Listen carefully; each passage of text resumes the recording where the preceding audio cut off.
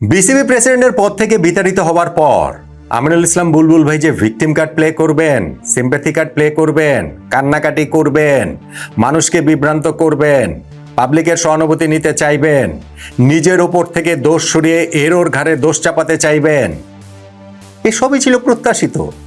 কারণ এটাই বুলবুল ভাই। তারপরও দৈনিক প্রথম আলোতে তার দীর্ঘ ইন্টারভিউটা পড়ে আমি হতভম্ব। একটা মানুষ এতটা নির্লজ্জ, এতটা মিথ্যুক, এতটা বেহায়া, এতটা ভণ্ড, এতটা বাটপার, এতটা লোভী বুলবুল ভাইয়ের মতো হয় কিভাবে? এবং তার এই বিশেষণগুলো যে দিলাম সেইটার এতটা সীমানা ছাড়ানো যে আমাদের ক্রিকেটারদের পর্যন্ত তিনি কাঠগড়ায় দাঁড় করাচ্ছেন। আমরা যে টি-20 বিশ্বকাপ খেলতে পারিনি, বুলবুলের ইন্টারভিউ পড়লে মনে হবে সেটা আমাদের ক্রিকেটারদের জন্য আমরা খেলতে পারিনি। এবং ক্রিকেটারদের প্রতি তার রাগ ক্ষোভের মাত্রাটা এত বেশি যে নতুন বিসিবির অ্যাডহক কমিটির প্রধান হয়ে তামিম ইকবাল যে ক্রিকেটারদের বেতন বাড়িয়ে দিয়েছেন সেইটাতেও বুলবুল ভাইয়ের গায়ে জ্বালা ধরে গিয়েছে। বুলবুল ভাই যেই কথাগুলো বলেছেন এই ইন্টারভিউতে সেগুলো আসলে দ্বিচারিতার এক একটা ক্লাসিক এক্সাম্পল।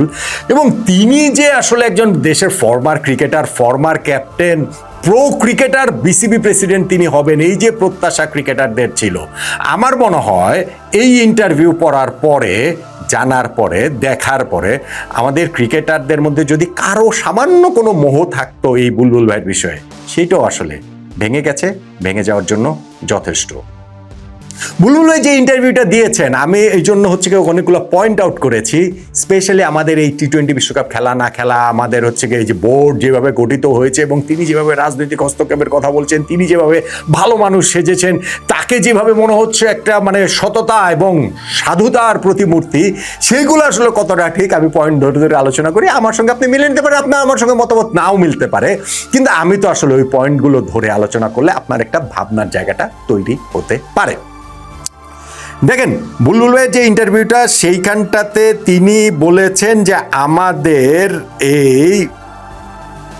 তিনি বলছেন যে বাংলাদেশ ক্রিকেট বোর্ড যে তিনি চালিয়েছেন আমরা স্বচ্ছভাবে চালিয়েছি। তিনি বলছেন আমার মনে হয় না কোনো ব্যর্থতা আছে। তিনি বাংলাদেশ ক্রিকেট বোর্ড যে এতদিন চালিয়েছেন সেইখানে কোনো ব্যর্থতা আছে বলে তিনি মনে করেন না। একটা ব্যর্থতা বলা হচ্ছে বিশ্বকাপ খেলতে না যাওয়া। নিউজিল্যান্ড দল আসছে সিরিজ খেলতে, সরকার যদি এই সিরিজ খেলতে যাবে না বলে তাহলে কি বাংলাদেশ খেলতে পারবে? না, সরকারের কথা শুনতেই হবে। অর্থাৎ তিনি সরকারের কোর্টে বল ঠেলে দিয়েছেন এবং এইখানটাতে তিনি কোনো ব্যর্থতা বলে মনে করেন না। বুলবুল ভাই, আপনি কি বিশ্বকাপ খেলতে চেয়েছিলেন বোর্ড প্রেসিডেন্ট হিসেবে? যদি সেইটা আপনি এনশিওর করতে না পারেন, আপনি চেয়েছিলেন, আপনার বোর্ড চেয়েছিল, ঠিক আছে, বোর্ডে 25 জনের দায়িত্ব আপনার নিতে হবে না, আপনি পদত্যাগ করেন নাই কেন?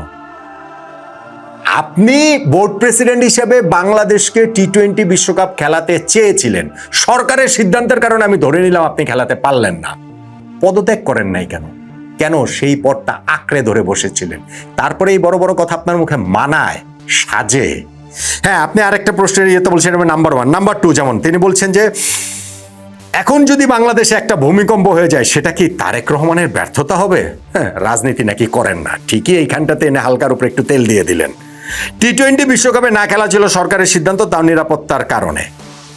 প্রথম আলোতে ইন্টারভিউ হয়েছে, সেখানে প্রশ্ন রয়েছে এটা যেন না হয়, অন্তত একজন সাবেক ক্রিকেটার হিসেবে আপনি কি সেটার জন্য লড়েছিলেন? বুলবুল বলেছেন শুধু লড়াই করিনি, রীতিমতো যুদ্ধ করেছি, কিন্তু এটা তো আমি মানুষকে দেখিয়ে করব না। কি করেছেন আপনি? কি লড়াই করেছেন? কি যুদ্ধ করেছেন? মানুষকে দেখিয়ে করবেন মানে কি গোপন কাজ? গোপন কাজ নাকি? এই কাজটা কোন দিক থেকে গোপন আমাকে একটু বলেন। এবং ঠিক আছে, সেই যুদ্ধ আমি ধরে নিলাম আপনি করেছেন, দেন এগেন আপনি যুদ্ধে হেরে গেছেন, বাংলাদেশকে বিশ্বকাপ খেলাতে পারেন নাই, পদত্যাগ করেন নাই কেন? এবং করেন তো নাই, আপনি যে এই যে ভালো মানুষ সাচ্ছেন, এরপরে গিয়ে আমাদের ক্রিকেটারদের আপনি যেভাবে দায় দিয়েছেন তাতে আর আপনার এই ভালো মানুষের মুখোশটা থাকে না। কেননা আপনি এইখানটাতে দেখেন যে কেন হলো না, সেইখানটাতে তিনি বলেছেন যে মানে বাংলাদেশের এই যে কেন এত চেষ্টা করে তিনি বিশ্বকাপ খেলাতে পারেন, তিনি বলছেন যে এটা আমি বলবো না। এটা আমি বলবো না আবার বুলবুল ভাইয়ের একটা প্রিয় জিনিস। আমি এই ইন্টারভিউতে 3টা জায়গায় অন্তত পক্ষে দেখেছি যে বিপিএল এ খেলা বন্ধ হওয়ার পেছনে কারা কারা ছিল তিনি নাকি সেটা জানেন, কিন্তু তিনি সেটা বলবেন না। অনেক চেষ্টা করে কেন বিশ্বকাপ বাংলাদেশ খেলতে পারলো না, তিনি সেটা বলবেন না। আইসিসি নিষেধাজ্ঞা কেন দিল না, সেটাও তিনি বলবেন না, বলছেন যে সেই গল্প তিনি আরেকদিন বলবেন। তাহলে হচ্ছে এই যে 3 নম্বর পয়েন্টটা যে আমি বলছিলাম যে তিনি সেটা বলবেন না, একটা সরকারের সিদ্ধান্ত, আইসিসি সাহায্য করতে না পারা। পাকিস্তান যখন বললো ভারতে ম্যাচ খেলবে না তখন 20,000 কোটি টাকার বেশি ক্ষতি হয়ে যাচ্ছিল, আমাকে আইসিসি লাহোরে উড়িয়ে নিল। আমি যদি তখন স্বাক্ষর না করতাম তাহলে ভারত পাকিস্তান খেলা হতো না। আপনারা লিখেছেন বিশ্বকাপে না খেললে আমাদের শত শত কোটি টাকা ক্ষতি হবে, কিছুই তো হলো না। বুলবুল ভাই এই যে আবারও বলছেন যে আমি বলবো না, এটা তো আপনি বলছেন ঠিক আছে, ভারত পাকিস্তানের ম্যাচ আয়োজন করাটা যে আপনার জন্য বিরাট সাফল্য, সেই গল্পটা আপনি আবারও দিচ্ছেন। আপনি ভারত পাকিস্তানের ম্যাচ আয়োজন করতে পেরেছেন, বাংলাদেশকে বিশ্বকাপে খেলাতে পারেন নাই কেন? আপনি ওই দোহাই দিয়ে বেড়ান, আপনি বড় বিরাট কূটনীতিবিদ ভাই। আপনি ওই যে ইরানের সঙ্গে যে ইসরায়েল আমেরিকার যুদ্ধ হচ্ছে, সেই যুদ্ধ সমাধানের জন্য আপনাকে কূটনীতিক হিসেবে পাঠায় দেখ, আপনি সেটা সমাধান করে দিতে পারবেন। ভারত পাকিস্তান ম্যাচ আয়োজন করেছেন, আপনি 20,000 কোটি টাকা আইসিসির বাঁচিয়ে দিয়েছেন, কিন্তু বাংলাদেশকে বিশ্বকাপ খেলাতে পারেননি। লজ্জা লাগে না এই কথা বলতে? বিসিবি প্রেসিডেন্ট হিসেবে গর্ব করে সেই কথাটা আপনি বলে বেড়াচ্ছেন। আর বাংলাদেশ ক্রিকেটে যে শত শত কোটি টাকা ক্ষতি হতো রে ভাই, 12ই ফেব্রুয়ারি নির্বাচনে আপনার প্রিয় দল যদি ক্ষমতায় আসতো তাহলে হতো, যাদের পকেটে আপনি ঢুকে গিয়েছিলেন, অথবা যাদেরকে নিয়েই আসলে আপনারা ওই দলেরই অংশ, সো সেইটা হতো। হ্যাঁ, সেটা হয় নাই বলে এখন এই বড় কথা বলতে পারছেন। এবং এটা যে হবে, এটা যে নির্বাচনের রেজাল্ট এমন হওয়ার কারণে বাংলাদেশে ক্রিকেট বেঁচে গেছে, সেই আলোচনাও তো আমি করেছি না? ধরেন নাম্বার 4, আপনি ক্রিকেটারদের সম্পর্কে কি বলেছেন? আপনি ক্রিকেটারদের বলছেন, প্রশ্ন ছিল ক্রিকেটার অভিযোগ করেন বিশ্বকাপ না খেলার পুরো প্রক্রিয়ায় আপনি তাদের কিছু বলেননি, জানানো কি উচিত ছিল? বুলবুল ভাই উত্তর দিয়েছেন, অবশ্যই জানানো উচিত ছিল এবং জানানো হয়েছে। মিথ্যুক আপনি আউট এন্ড আউট মিথ্যুক। কারণ আমাদের ক্যাপ্টেন লিটন দাস প্রেস কনফারেন্সে এসে বলে গিয়েছে, ঘটনা যেদিন আপনারা সিদ্ধান্ত নিয়েছেন 4 তারিখে বিশ্বকাপ খেলবে না, 20 তারিখে, ঘটনার 16 দিন পরে এসে বলে গিয়েছেন যে এই বিষয়ে আপনারা তাদেরকে কোনো কিছু বলেন নাই। এখন আপনি বলছেন যে তাদেরকে জানানো হয়েছে। যারা বলছে তারা নিজেকে প্রশ্ন করুক, তারা সব জানে। আপনি নিজেকে প্রশ্ন করেন, আপনিও সব জানেন। ক্রীড়া উপদেষ্টার সঙ্গে বৈঠকে কেউ বলেনি যে খেলতে যাবে, শুধু আফসোস করেছিল। একটা লোকও বলেনি খেলতে যাবে, সে একটা লোক আপনি হতে পারতেন না? আপনি আজকে ক্রিকেটারদের বলছেন যে আফসোস করেছিল, একটা লোক বলেনি আমরা খেলতে যাব। আপনি বলেছেন বোর্ড প্রেসিডেন্ট হিসেবে আমিনুল ইসলাম বুলবুল ভাই, আপনি বলেছেন যে আমরা খেলতে যেতে চাই, যে কোনো মূল্যে খেলতে যেতে চাই। আপনি এখন আমাদের ক্রিকেটারদের কাঠগড়ায় দাঁড় করাচ্ছেন। আপনি এখানে বলছেন যে আমরা ভোটটা স্বাধীনভাবে চালাতাম, ক্রিকেটারদের সব দায়িত্ব ক্রিকেট অপারেশনসের কাছে ছিল, যতদূর জানে ক্রিকেটারদের জানো কাছে তারা করেছে। এখন এসব কথা বলে তো হবে না। তারা উপদেষ্টার সামনে জোর গলায় বলেনি যে যেতে চাই, আপনারা ব্যবস্থা করেন। আপনি জোর গলায় বলেছেন যে আমরা যেতে চাই, আপনি ব্যবস্থা করেন। আপনি তো বোর্ড প্রেসিডেন্ট হিসেবে সেটা বলতে পারতেন, বলেছেন? বলেন তো নাই। ক্রিকেটারদের কাঠ করে দাঁড় করাচ্ছেন কেন? আমাদের ক্রিকেটাররা তো বলেছেনই যে তাদেরকে কোনো কিছু জানানো হয়নি।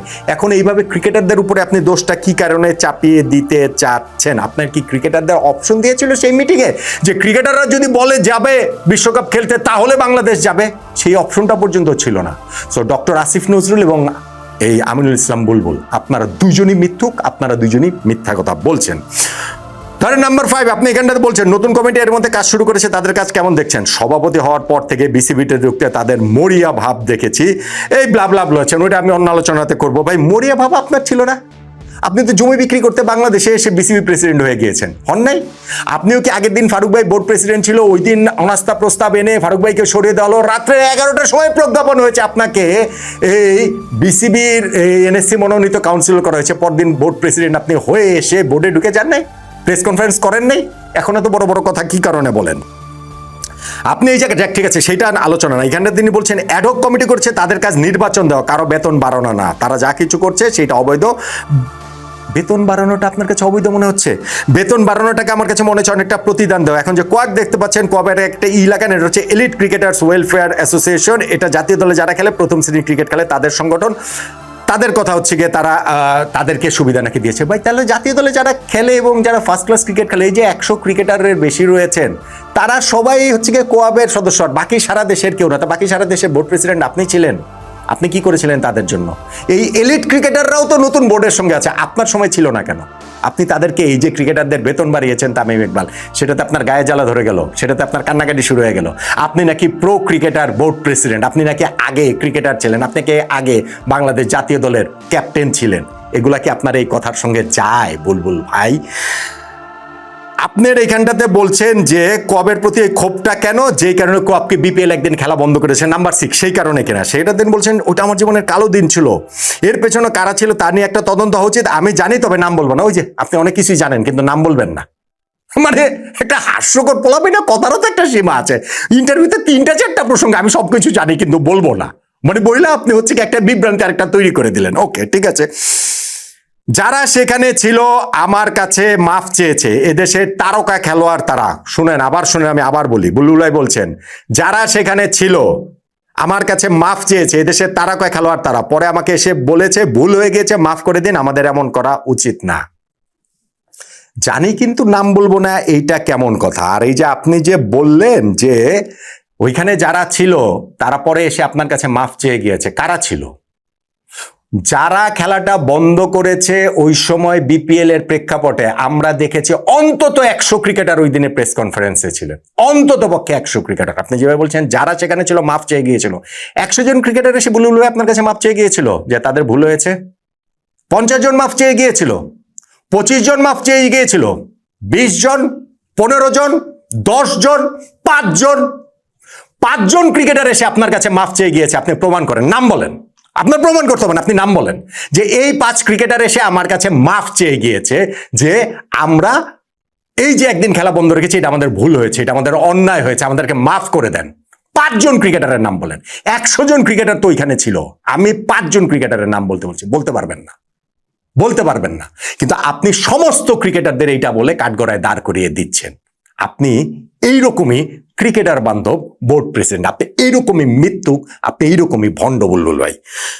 নাম্বার 7, ওই যার মন্তব্যের কারণে ক্রিকেটাররা এই আন্দোলনটা করেছিল, এম নাজমুল ইসলাম, তাকে তো দায়িত্ব থেকে সরিয়ে দেওয়ার কথা বলেছিলেন, পরবর্তীতে তার দায়িত্ব থেকে তার সরিয়ে দেন। এই প্রশ্নের উত্তরে তিনি বলছেন যে আমি সরিয়ে দিইনি বা আনিও নি, আমাদের ডিসিপ্লিনারি কমিটি আছে, তারা সিদ্ধান্ত নিয়েছে, তাদের প্রতিবেদনের উপর ভিত্তি করে এরকম সিদ্ধান্ত হয়েছে। মিথ্যুক আপনি, আপনি ডাহা মিথ্যুক। এই সিদ্ধান্ত আপনার সিদ্ধান্ত, অথবা এই সিদ্ধান্ত নেবার ক্ষমতা আপনার ছিল না। এম নাজমুল ইসলামদের আপনি বোর্ডে এনেছিলেন নাকি এম নাজমুল ইসলামরা আপনার বোর্ড প্রেসিডেন্ট করেছে, সেটাও একটা প্রশ্নের বিষয়। আমি তখন ওই আলোচনাতে বলেছিলাম এম নাজমুল ইসলামকে সরানোর ক্ষমতা আমিনুল ইসলাম বুলবুলদের নাই। এখন এইসব বলে আপনি পার পেয়ে গেলে হবে। ধরেন নাম্বার 8, আপনি বলেছিলেন যে একটা বড় চাকরির সুযোগ এসেছিল এসিসিতে, কিন্তু 2টা বড় দেশ ভেটো দিয়েছে, সেইটা হয়তো আর সেই কারণে হয়তো থাকবে না। আমি কালকের আলোচনাটাতেই তো বলেছিলাম এই বড় দেশের একটা দেশ ভারত, এটা তো মানে বোঝাই যাচ্ছে আপনারা ওই ভারত এন্টি ভারত ওই কার্ডই প্লে করছেন। ওকে, আপনি তো পাকিস্তানের পকেটে ঢুকে গিয়েছিলেন। এসিসি চাকরিটা ছিল মহসিন নাকবির কাছ থেকে আপনি একটা প্রতিদান পাবেন বিশ্বকাপের সময় আপনি যা যা করেছিলেন সেই কারণে। বোর্ড প্রেসিডেন্ট হিসাবে বাংলাদেশ ভারত আন্তঃরাষ্ট্রীয় সম্পর্কের, বাংলাদেশ পাকিস্তান আন্তঃরাষ্ট্রীয় সম্পর্কের ক্ষেত্রে সেটা আপনি পারেন নাই, ভারতের সঙ্গে সেই ক্রিকেটেও খেলায় পারেন নাই, সেই কারণে এখনো আবার সেই ভিকটিম কার্ড বলছে। আরেকটা কথা আমাকে বলেন তো বুলবুল ভাই, আপনি তো গত 10 মাস বাংলাদেশ ক্রিকেটকে সার্ভিস দিয়েছেন, এই 10 মাস তো শুনলাম না যে আপনার চাকরি প্রয়োজন, আপনার টাকা পয়সা প্রয়োজন, আপনার কোনো কিছু। এখন এই বোর্ড প্রেসিডেন্টের দায়িত্ব থেকে